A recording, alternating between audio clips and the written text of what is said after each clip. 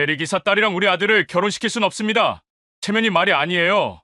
그 말이 떨어진 순간 고급 한정식집 룸 안의 공기가 얼어붙었습니다. 김태수는 56년을 살아오며 수많은 순간을 견뎌냈지만 딸 앞에서 이런 모욕을 당한 건 처음이었습니다. 맞은편에 앉은 예비사돈 박재욱 회장의 얼굴엔 노골적인 경멸이 서려 있었습니다. 60평생 중소기업을 운영하며 쌓아온 자부심이 그의 턱을 높이 치켜들게 만들었습니다. 김태수의 딸 김서연은 27살의 당찬 여성이었습니다. 중견기업 마케팅팀 대리로 일하며 자신의 길을 묵묵히 걸어온 그녀였습니다. 하지만 지금 그녀의 얼굴은 창백하게 질려 있었습니다. 옆에 앉은 약혼자 박민주는 29의 나이에 아버지 회사 이사직을 맡고 있었지만 이 순간만큼은 아무 말도 하지 못했습니다. 아버님, 그건 너무하신 말씀 아닙니까? 서연이 떨리는 목소리로 말했습니다. 박재욱 회장은 코웃음을 쳤습니다. 너무해. 현실을 직시하세요. 우리 민준이는 제조업체 후계자고 당신은 대리운전 기사 딸이었습니까? 격이 안 맞는다고요. 그의 부인도 거들었습니다. 우리 민준이가 처음엔 진짜 사랑이라고 했지만 결혼은 집안끼리 하는 거예요. 친구들한테 뭐라고 소개하겠어요? 사돈이 대리기사래요? 김태수는 꾹 참았습니다. 딸이 사랑하는 남자의 부모였기에 참았습니다. 하지만 박재욱 회장의 다음 말은 참을 수 있는 선을 넘었습니다. 아니 솔직히 도니아로 맞는 뭘 했는데 대리기사가 뭐가 있다고 우리 집안에 들어오려고 합니까? 민준아, 우리 먼저 일어나자. 시간 낭비하지 말고. 박재욱 회장은 냅킨을 던지듯 테이블에 놓고 일어섰습니다. 그의 부인도 따라 일어서며 서연을 한번 훑어봤습니다. 그 시선엔 동정도 미안함도 없었습니다. 오직 차가운 거부만이 있었습니다. 김태수는 주먹을 쥐었습니다. 손톱이 손바닥을 파고들었지만 아프지 않았습니다. 더 아픈 건 따로 있었습니다. 딸의 눈에서 주르르 흘러내리는 눈물이 그의 가슴을 도려냈습니다. 서연아, 괜찮다. 아빠가 있잖니. 김태수가 딸의 어깨를 감싸며 말했습니다. 박민주는 그제야 입을 열었습니다. 서연아, 미안해. 부모님을 설득해볼게. 조금만 기다려줘. 하지만 박재욱 회장이 아들의 팔을 잡아 끌었습니다. 설득은 무슨 설득? 집안 망신 그만 시켜. 당장 가자고. 세 사람이 룸을 나가며 남긴 건 모욕과 상처뿐이었습니다. 김태수는 딸을 꼭 안아줬습니다. 서연은 아버지 품에서 한참을 울었습니다. 그 눈물 하나하나가 김태수의 마음을 찢었습니다. 식당을 나서며 김태수는 하늘을 올려다봤습니다. 별이 유난히 많은 밤이었습니다. 그는 속으로 다짐했습니다. 딸을 이렇게 무시한 대가를 반드시 치르게 하겠다고. 하지만 그 방법은 아직 누구도 몰랐습니다. 과연 대리운전 기사 김태수에겐 어떤 비밀이 숨겨져 있을까요? 그리고 박재욱 회장의 회사엔 어떤 일이 벌어질까요? 이 이야기가 궁금하시다면 구독과 좋아요 부탁드립니다. 다음 날 아침 6시, 김태수는 어김없이 눈을 떴습니다. 56년을 살아오며 몸에 밴 습관이었습니다. 서울 변두리 빌라 투룸에서 딸과 단둘이 사는 그의 삶은 평범했습니다. 아니, 평범해 보였습니다. 김태수는 25년 전 모든 것을 버리고 이곳에 왔습니다. 재벌가의 차남으로 태어났지만 형과의 경영권 다툼에서 밀려났습니다. 아버지는 장남만을 후계자로 인정했고 김태수는 갓 태어난 딸을 안고 집을 나왔습니다.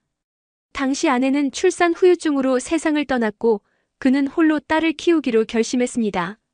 아빠, 밥 먹어. 서연이 식탁에 아침을 차렸습니다. 어제 일은 신경 쓰지 마라. 아빠가 다 해결할 테니까. 김태수가 말했습니다.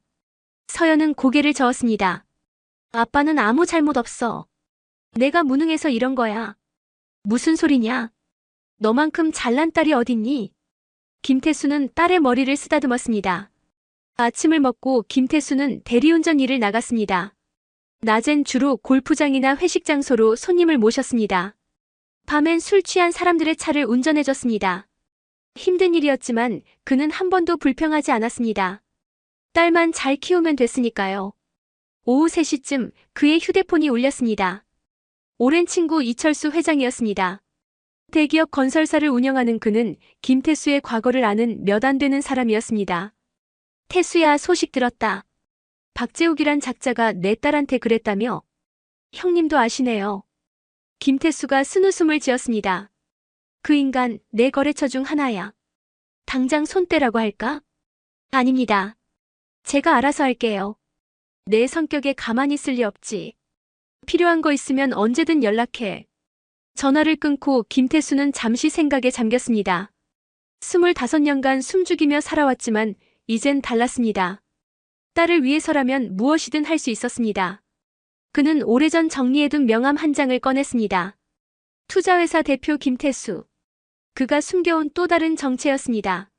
재벌가를 떠난 뒤 그는 작은 투자회사를 차렸습니다. 겉으론 대리운전으로 생계를 유지했지만 실제론 부동산과 주식 투자로 상당한 자산을 모았습니다. 은행 계좌엔 수백억 원이 잠들어 있었지만 딸에겐 한 번도 말하지 않았습니다. 평범하게 키우고 싶었으니까요. 저녁 8시 김태수는 강남의 한 빌딩 지하 주차장에 있었습니다. 그는 비밀리에 운영하는 사무실로 향했습니다. 그곳엔 오랜 참모 송 비서가 기다리고 있었습니다. 회장님, 박재욱 회사 자료입니다. 송 비서가 두툼한 파일을 건넸습니다. 김태수는 천천히 자료를 넘겼습니다. 박재욱의 제조업체는 중소기업치곤 규모가 있었습니다. 하지만 재무구조는 불안했습니다. 대출이 많았고 주요 거래처가 몇 곳에 집중돼 있었습니다. 약점이 보이는군요. 김태수가 미소를 지었습니다. 지시만 내리십시오. 송 비서가 대답했습니다. 김태수는 파일을 덮었습니다. 내일부터 시작한다. 조용히 그리고 확실하게. 밤 11시 집으로 돌아온 김태수는 잠든 딸의 방문을 열었습니다. 서연은 이불을 꼭 껴안고 자고 있었습니다. 아직도 어린아이 같았습니다. 그는 딸의 이마에 살짝 입을 맞췄습니다. 아빠가 꼭 지켜줄게. 아무도 너를 무시하지 못하게 만들 거야. 김태수는 조용히 방문을 닫았습니다. 그의 눈빛은 차가웠습니다. 이제 복수가 시작될 것입니다. 박재욱 회장은 상쾌한 기분으로 출근했습니다. 어젯밤 아들의 결혼을 막아낸 것에 대한 뿌듯함이 가시질 않았습니다. 60평생 이렇게 살아왔습니다. 격에 맞지 않는 것은 과감히 잘라냈습니다. 회장님, 급한 보고 드릴 게 있습니다. 김 전무가 황급히 사무실로 들어왔습니다. 뭔데 그렇게 급해? 박재욱이 커피를 마시며 물었습니다. 대성건설에서 연락이 왔습니다. 이번 분기 발주 물량을 전량 취소하겠답니다. 박재욱의 손이 멈췄습니다. 뭐? 갑자기 왜? 이유를 말하지 않았습니다. 그냥 거래 중단이라고만.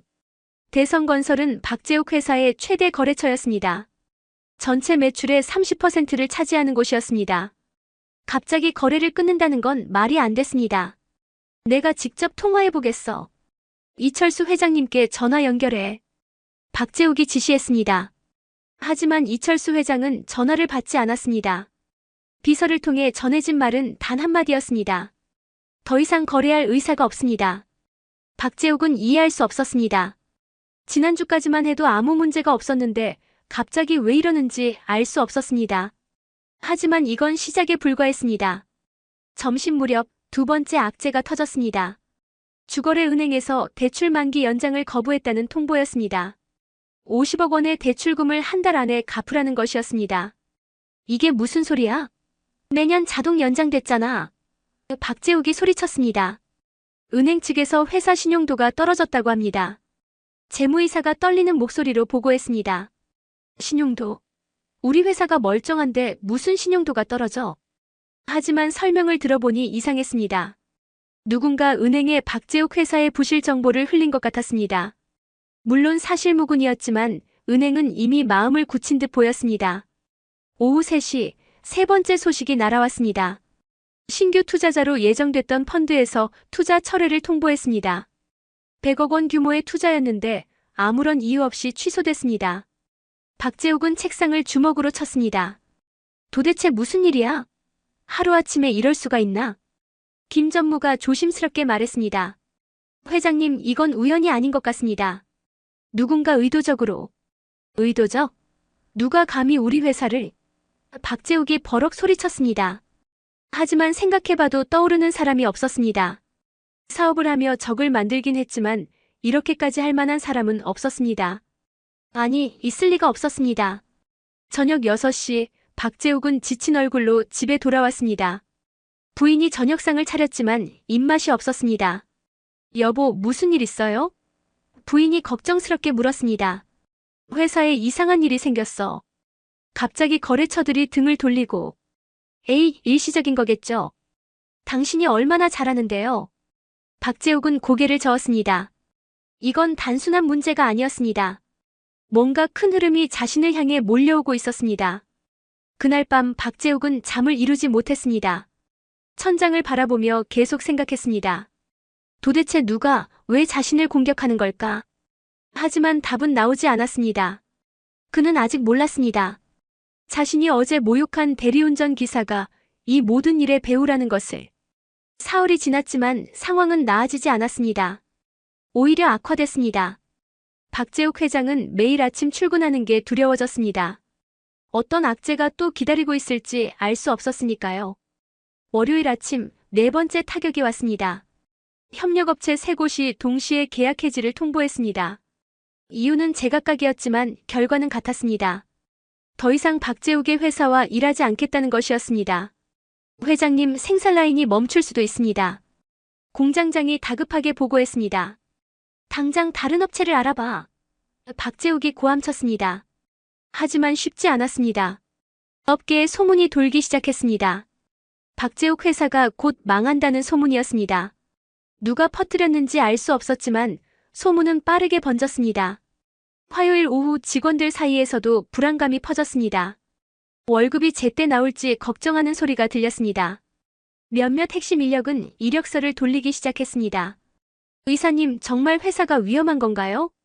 한 직원이 박민준에게 물었습니다. 그런 거 아니니까 걱정 마세요.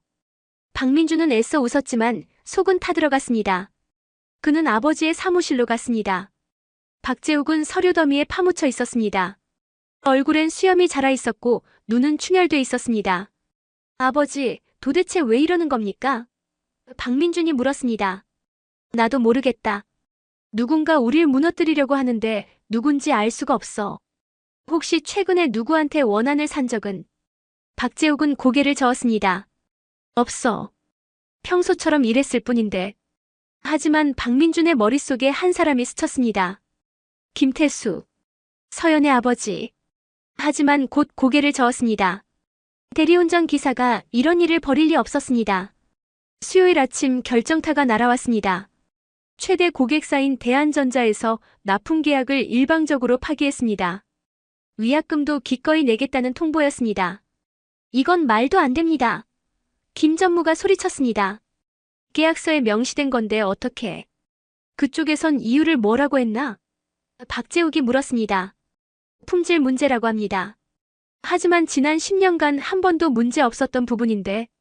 박재욱은 무너져 내렸습니다. 대한전자는 전체 매출의 40%를 차지하는 곳이었습니다. 이걸 잃으면 회사는 끝이었습니다. 당장 대한전자 구매 담당 이사한테 연락해. 내가 직접 사과할 테니까. 박재욱이 말했습니다. 하지만 상대는 전화조차 받지 않았습니다. 비서를 통해 전해진 말은 냉정했습니다. 더 이상 대화할 필요가 없습니다. 목요일 오후 은행에서 최후 통첩이 왔습니다. 이번 주 안에 50억을 갚지 못하면 부도 처리하겠다는 것이었습니다. 박재욱은 여기저기 손을 써봤지만 돈을 빌려주는 곳이 없었습니다. 회장님, 개인 재산을 담보로 넣으시는 수밖에. 재무이사가 제안했습니다. 집까지 걸어야 한단 말이야? 박재욱의 목소리가 떨렸습니다. 금요일 저녁 박재욱은 빈 사무실에 홀로 앉아 있었습니다. 직원들은 모두 퇴근했고 건물은 고요했습니다. 그는 창밖을 바라봤습니다.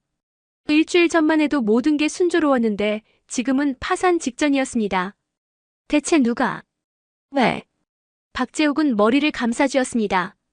그의 휴대폰이 울렸습니다. 낯선 번호였습니다. 받자마자 냉정한 남자 목소리가 들렸습니다. 박재욱 회장님이십니까? 저는 도원투자 대표 김태수입니다.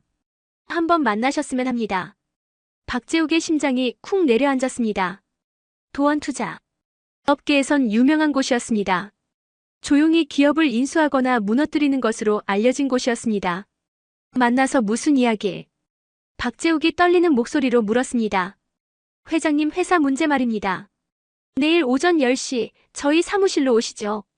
전화가 끊겼습니다. 박재욱은 한참을 멍하니 앉아 있었습니다. 이제야 깨달았습니다. 이 모든 게 도원 투자의 소행이었다는 것을. 김태수는 강남의 한 빌딩 20층에 있는 사무실에서 서류를 검토하고 있었습니다. 도원 투자는 겉으론 작은 투자회사였지만 실제론 수천억 원대 자산을 운용하는 곳이었습니다. 회장님, 박재욱이 내일 온답니다. 송 비서가 보고했습니다. 잘 됐군. 김태수가 미소를 지었습니다. 송 비서는 20년 넘게 김태수를 보좌해온 사람이었습니다. 그는 김태수가 재벌가를 떠나던 날부터 함께했습니다. 유일하게 모든 비밀을 아는 사람이었습니다. 회장님, 이 정도면 충분하지 않습니까? 박재욱은 이미 무릎 꿇을 준비가 됐습니다. 아직 멀었어. 딸 앞에서 나를 모욕한 대가는 이것보다 커야 해. 김태수의 목소리는 차가웠습니다. 그날 밤 김태수는 오랜만에 과거를 떠올렸습니다. 30년 전 그는 대한그룹의 차남이었습니다. 형 김태영은 아버지가 점지한 후계자였고 김태수는 늘 그림자였습니다. 28살 때 김태수는 사랑하는 여자를 만났습니다. 평범한 회사원이었던 그녀는 김태수의 신분을 모른 채 사랑에 빠졌습니다. 하지만 아버지는 결혼을 반대했습니다. 재벌가는 재벌가끼리 결혼해야 한다. 그게 규칙이다. 아버지의 말은 단호했습니다. 김태수는 반항했습니다. 사랑하는 사람과 결혼하겠습니다. 아버지 허락 없이도. 결국 김태수는 집을 나왔습니다. 아버지는 단 한 푼도 주지 않았습니다. 김태수는 아내와 함께 작은 원룸에서 신혼을 시작했습니다. 힘들었지만 행복했습니다. 하지만 행복은 오래가지 못했습니다. 딸 서연이 태어나고 한 달 뒤 아내가 산후 우울증으로 세상을 떠났습니다. 김태수는 갓 태어난 딸을 안고 하염없이 울었습니다. 미안해. 내가 재벌집 아들이 아니었다면 너를 지킬 수 있었을 텐데. 김태수는 아내의 영정 앞에서 다짐했습니다. 딸만큼은 평범하게 키우겠어. 그 후 김태수는 두 가지 삶을 살았습니다. 낮엔 대리운전 기사로 일하며 딸을 키웠습니다. 밤엔 투자회사를 운영하며 재산을 불렸습니다. 그의 투자 실력은 탁월했습니다. 재벌가에서 배운 경영 감각과 시장 통찰력으로 적은 돈을 수천억으로 키웠습니다. 하지만 딸 앞에선 그저 평범한 아빠였습니다. 낡은 옷을 입고 대리운전으로 생활비를 벌었습니다. 서연은 아버지가 힘들게 사는 줄 알았습니다. 그래서 더 열심히 공부했고 스스로 장학금을 받아 대학을 졸업했습니다. 아빠, 나 취직하면 이제 편하게 살 수 있어. 서연이 말했을 때 김태수는 눈물을 참았습니다. 그래, 우리 딸 대견하다. 김태수는 딸이 스스로 삶을 개척하는 모습을 지켜봤습니다. 평범하지만 당당하게 사는 딸이 자랑스러웠습니다. 하지만 박재욱은 그런 딸을 무시했습니다. 대리운전 기사 딸이라는 이유만으로. 용서할 수 없어. 김태수가 중얼거렸습니다. 송 비서가 조심스럽게 물었습니다. 회장님, 혹시 아가씨께 진실을 말씀하실 생각은? 아직은 아니야. 서연이가 스스로 행복을 찾을 때까지 기다릴 거야. 김태수는 창밖을 바라봤습니다. 서울의 야경이 아름다웠습니다. 그는 딸을 위해 모든 걸 숨겨왔습니다. 하지만 이젠 달랐습니다. 딸을 지키기 위해선 숨겨둔 힘을 꺼내야 할 때였습니다. 내일이면 박재욱이 진실을 알게 될 것입니다. 자신이 누구를 건드렸는지, 그리고 그 대가가 얼마나 큰지. 다음 날 오전 10시, 박재욱은 도원투자 사무실 앞에 섰습니다. 빌딩은 생각보다 고급스러웠습니다. 그는 긴장한 마음으로 엘리베이터를 탔습니다. 20층에 도착하자 깔끔한 리셉션이 나왔습니다. 직원이 공손하게 인사했습니다. 박재욱 회장님이시죠? 대표님께서 기다리고 계십니다. 박재욱은 안내를 따라 회의실로 들어갔습니다. 넓은 회의실 한쪽 끝에 한 남자가 등을 돌린 채 창밖을 바라보고 있었습니다.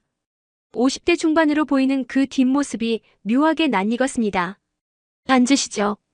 남자가 돌아서지 않은 채 말했습니다. 박재욱은 떨리는 마음으로 자리에 앉았습니다. 저를 부르신 이유가. 그제야 남자가 천천히 돌아섰습니다. 박재욱의 눈이 커졌습니다. 믿을 수 없는 광경이었습니다. 눈앞에 서 있는 사람은 다름 아닌 김태수였습니다. 며칠 전 상견례에서 만났던 그 대리운전 기사였습니다.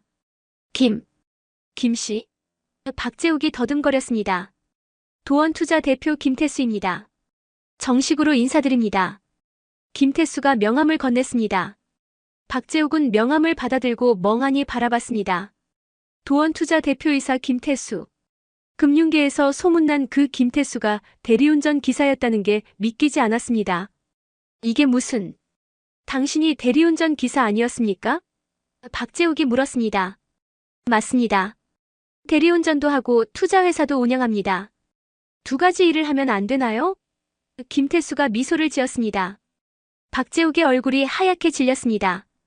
이제야 모든 게 이해됐습니다. 지난 일주일간 벌어진 모든 일들. 거래처 이탈, 투자 철회, 은행 대출 거부. 모두 이 사람의 소행이었습니다. 당신이 우리 회사를 무너뜨린 겁니까? 박재욱의 목소리가 떨렸습니다. 무너뜨렸다는 표현은 좀 그렇고 약간의 압박을 넣었다고 해야 정확하겠죠. 김태수가 여유롭게 말했습니다. 왜 이러는 겁니까? 우리가 무슨 잘못을... 김태수의 표정이 차갑게 굳었습니다. 기억 안 나십니까? 며칠 전 상견례 자리에서 하신 말씀들. 박재욱은 숨이 막혔습니다. 대리기사 딸이라며 무시했던 그 말들이 떠올랐습니다. 격이 안 맞는다고 시간 낭비라고 했던 모욕적인 발언들이. 그건 제가 실수했습니다. 진심으로 사과드립니다. 박재욱이 황급히 고개를 숙였습니다. 사과요? 김태수가 비웃었습니다. 내 딸 앞에서 나를 모욕할 땐 언제고 이제 와서 사과라니. 박재욱은 땀을 흘리며 말했습니다.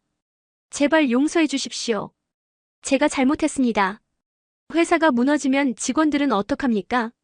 직원들 걱정은 그때 하셨어야죠. 내 딸을 무시할 땐 왜 생각 안 하셨습니까? 김태수는 서류 한 뭉치를 박재욱 앞에 던졌습니다.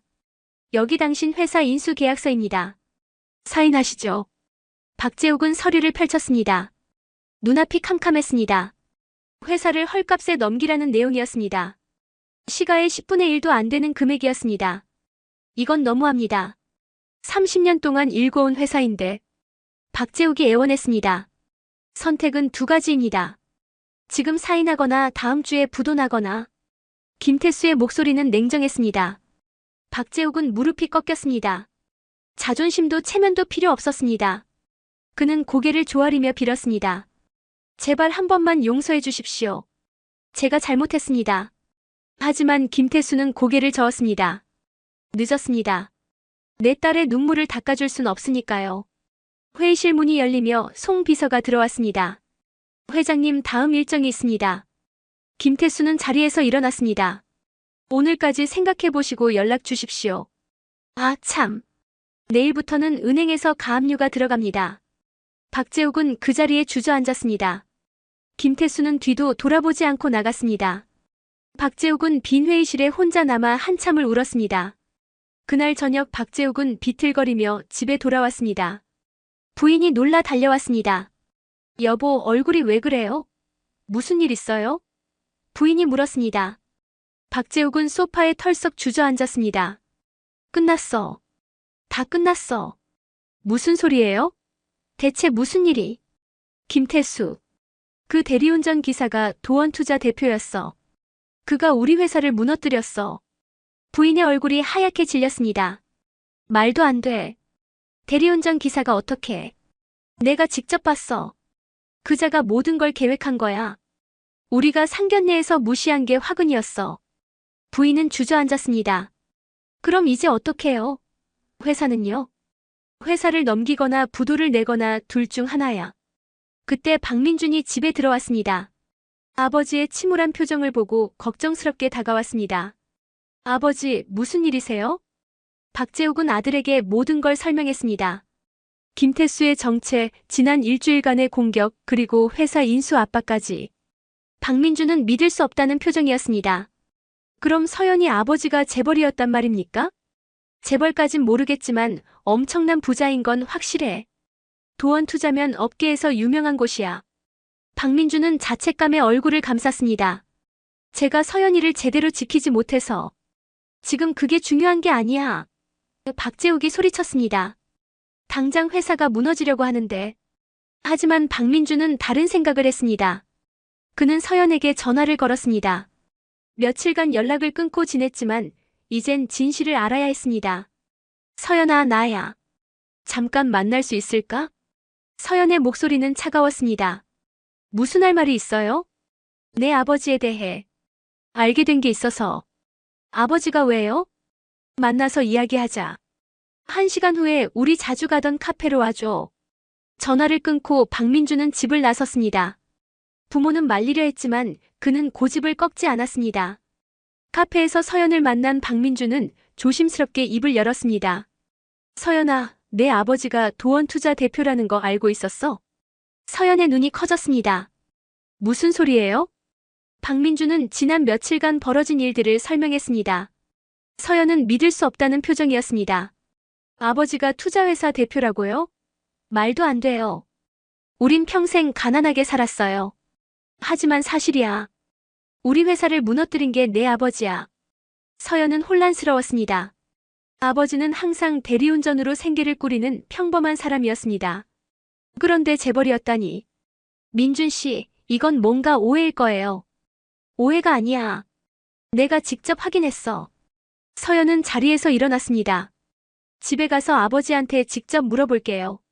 서연아, 잠깐만. 하지만 서연은 카페를 나갔습니다. 그녀의 머릿속은 복잡했습니다. 아버지가 숨긴 비밀이 있었다는 게 믿기지 않았습니다. 집에 돌아온 서연은 아버지를 마주했습니다. 김태수는 소파에 앉아 뉴스를 보고 있었습니다. 아빠, 나 물어볼 게 있어. 서연의 목소리가 떨렸습니다.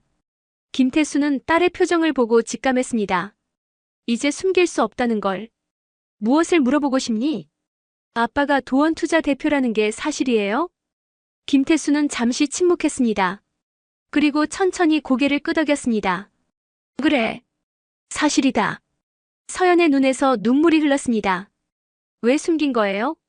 우리가 힘들게 살 필요가 없었잖아요. 김태수는 딸을 꼭 안았습니다. 미안하다. 아빠는 내가 평범하게 자라길 바랐어. 돈 때문에 상처받지 않길 바랐어.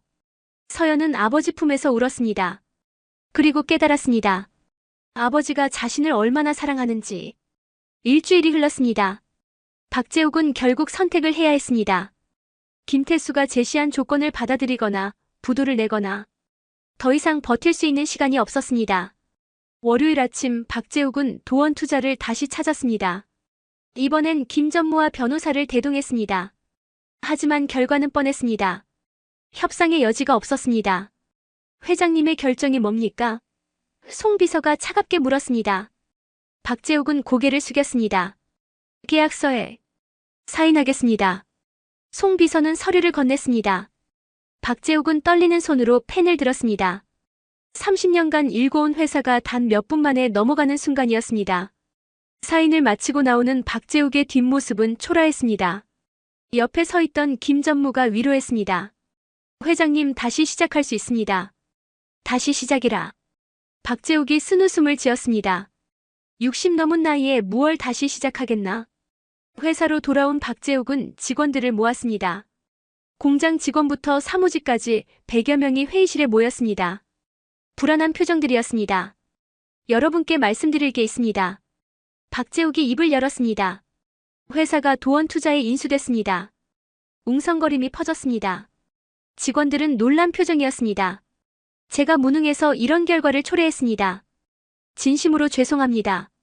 박재욱이 고개를 숙였습니다. 한 직원이 손을 들었습니다. 그럼 우린 어떻게 됩니까?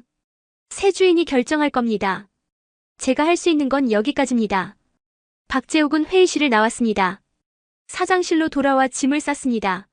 30년간 모은 물건들이 고작 박스 2개에 들어갔습니다. 인생이란 게 참 허무했습니다. 다음 날 도원투자에서 새 경영진이 파견됐습니다. 송 비서가 직접 왔습니다. 그는 직원들을 다시 소집했습니다. 저는 도원투자에서 파견된 송입니다. 앞으로 제가 이 회사를 경영하겠습니다. 직원들은 불안한 눈빛이었습니다. 대량 해고가 있을 거란 소문이 돌았습니다. 인원 감축은 없을 겁니다.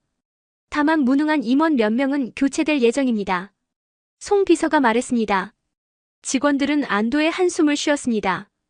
적어도 일자리는 지켜진 셈이었습니다. 한편 박재욱의 집에선 또 다른 문제가 터졌습니다. 회사를 넘기며 개인 보증을 섰던 대출들이 남아 있었습니다. 은행에서 독촉 전화가 오기 시작했습니다. 여보, 집을 팔아야 할 것 같아요. 부인이 눈물을 흘리며 말했습니다. 알고 있소. 어쩔 수 없소. 박민주는 아버지의 모습을 보며 가슴이 아팠습니다.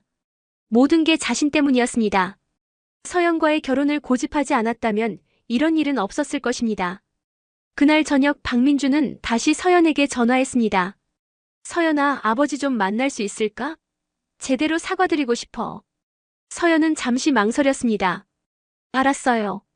내일 오후에 시간 낼게요. 다음 날 박민주는 서연과 함께 김태수를 만났습니다. 장소는 조용한 찻집이었습니다. 김태수는 여유롭게 차를 마시고 있었습니다. 아버님.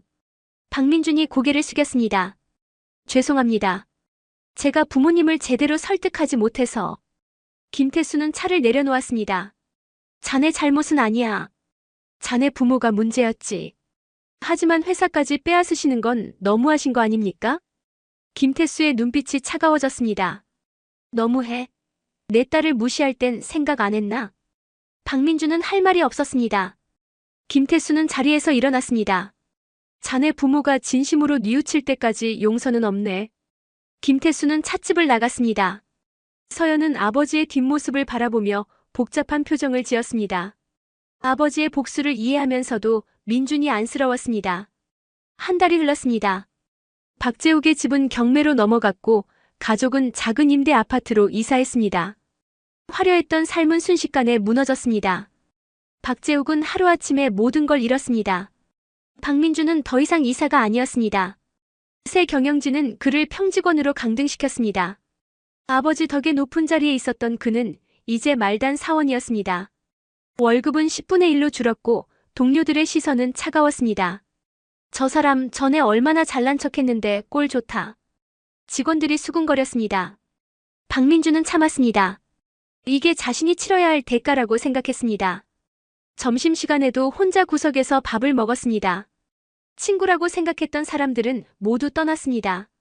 어느 날 저녁 박민주는 퇴근 후 버스를 탔습니다. 차가 없었습니다. 팔아서 빚을 갚았습니다. 버스 안에서 그는 문득 깨달았습니다. 이게 바로 서연의 아버지가 평생 살아온 삶이라는 걸. 김태수 아버님은 훨씬 더 힘들게 사셨을 거야. 재벌가를 떠나 혼자 딸을 키우면서. 박민주는 부끄러웠습니다. 자신이 얼마나 오만했는지 깨달았습니다. 서연을 사랑한다고 했지만 정작 그녀의 아버지를 무시하는 부모를 막지 못했습니다. 집에 돌아온 박민주는 부모님을 마주했습니다. 아버지는 소파에 멍하니 앉아 있었고 어머니는 부엌에서 라면을 끓이고 있었습니다. 예전엔 외식만 하던 가족이었습니다. 아버지, 어머니. 박민준이 입을 열었습니다. 제가 서연이 아버지께 다시 한번 사과드리고 올게요. 박재욱이 고개를 들었습니다. 소용없어. 그 사람은 우릴 용서하지 않을 거야. 그래도 해야 합니다. 우리가 잘못했으니까요. 박민주는 다음 날 도원 투자를 찾아갔습니다. 송 비서가 막아섰습니다. 회장님은 만나주지 않으실 겁니다. 알고 있습니다. 하지만 꼭 전해주실 말씀이 있습니다. 박민주는 편지를 건넸습니다. 밤새 쓴 사과문이었습니다. 송 비서는 편지를 받아들고 안으로 들어갔습니다. 김태수는 편지를 읽었습니다. 박민준의 진심이 담긴 사과였습니다.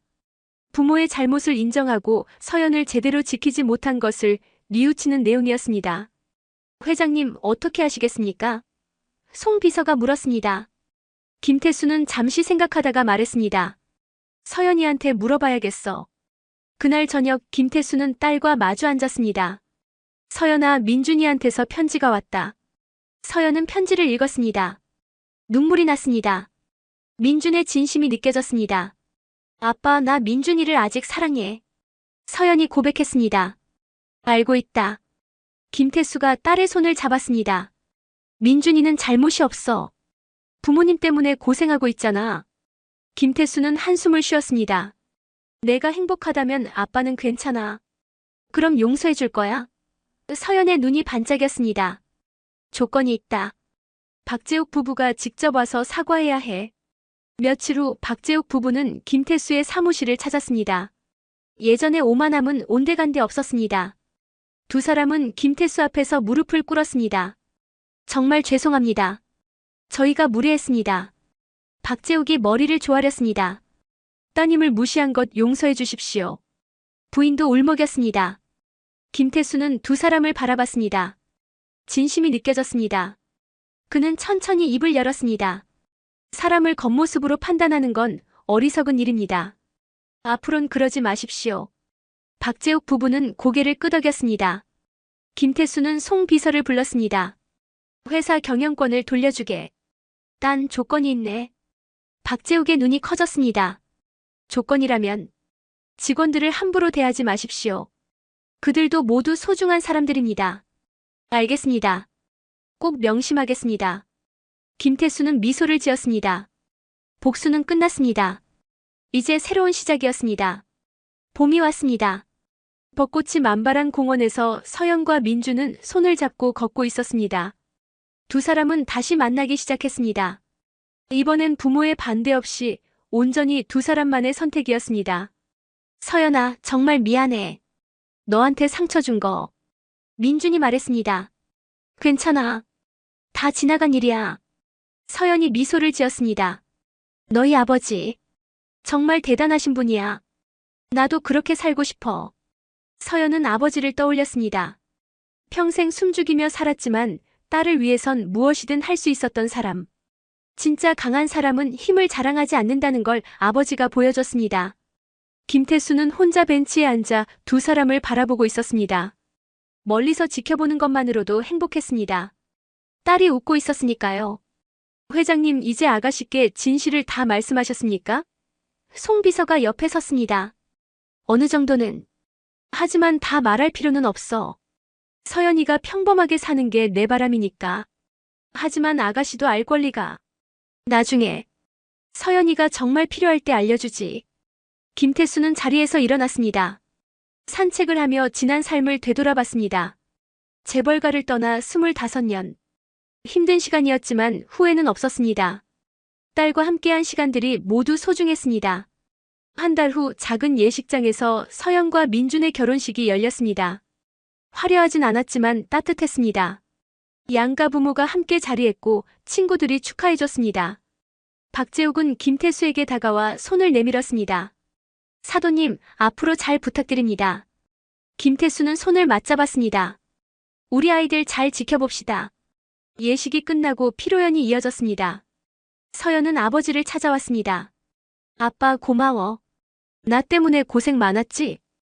김태수는 딸을 꼭 안았습니다. 아빠는 행복했어. 너와 함께여서. 아빠가 재벌이었다는 거 알게 됐을 때 정말 놀랐어. 왜 숨긴 거야? 너를 지키고 싶었어. 돈 때문에 상처받는 걸 원치 않았거든. 서연은 눈물을 닦았습니다. 아빠는 최고야. 세상에서 제일 멋진 아빠. 김태수는 딸의 머리를 쓰다듬었습니다. 행복하게 살아라. 그게 아빠의 유일한 소원이야. 저녁이 되자 하객들은 하나둘 떠났습니다. 김태수는 홀로 예식장 밖에 서서 하늘을 올려다봤습니다. 별이 총총했습니다. 여보, 우리 딸 결혼했어. 좋은 사람 만났어. 하늘에서 지켜봐줘. 김태수가 돌아가신 아내에게 속삭였습니다. 바람이 살랑 불어왔습니다. 마치 아내가 대답하는 것 같았습니다. 다음 날 김태수는 다시 대리운전을 나갔습니다. 송 비서가 말렸지만 그는 고집을 꺾지 않았습니다. 나는 이게 좋아. 사람들을 만나고 그들의 이야기를 듣는 게 즐거워. 하지만 회장님 신분에. 신분이 뭐가 중요해? 사람이 중요하지. 김태수는 차를 몰고 거리로 나갔습니다. 손님을 태우고 이야기를 나눴습니다. 평범한 삶이었지만 행복했습니다. 그날 밤 마지막 손님을 내려준 김태수는 한강을 바라봤습니다. 도시의 불빛이 강물에 반짝였습니다. 그는 미소를 지었습니다. 사람을 판단하는 기준은 재산이나 지위가 아닙니다. 진정한 가치는 마음에 있습니다.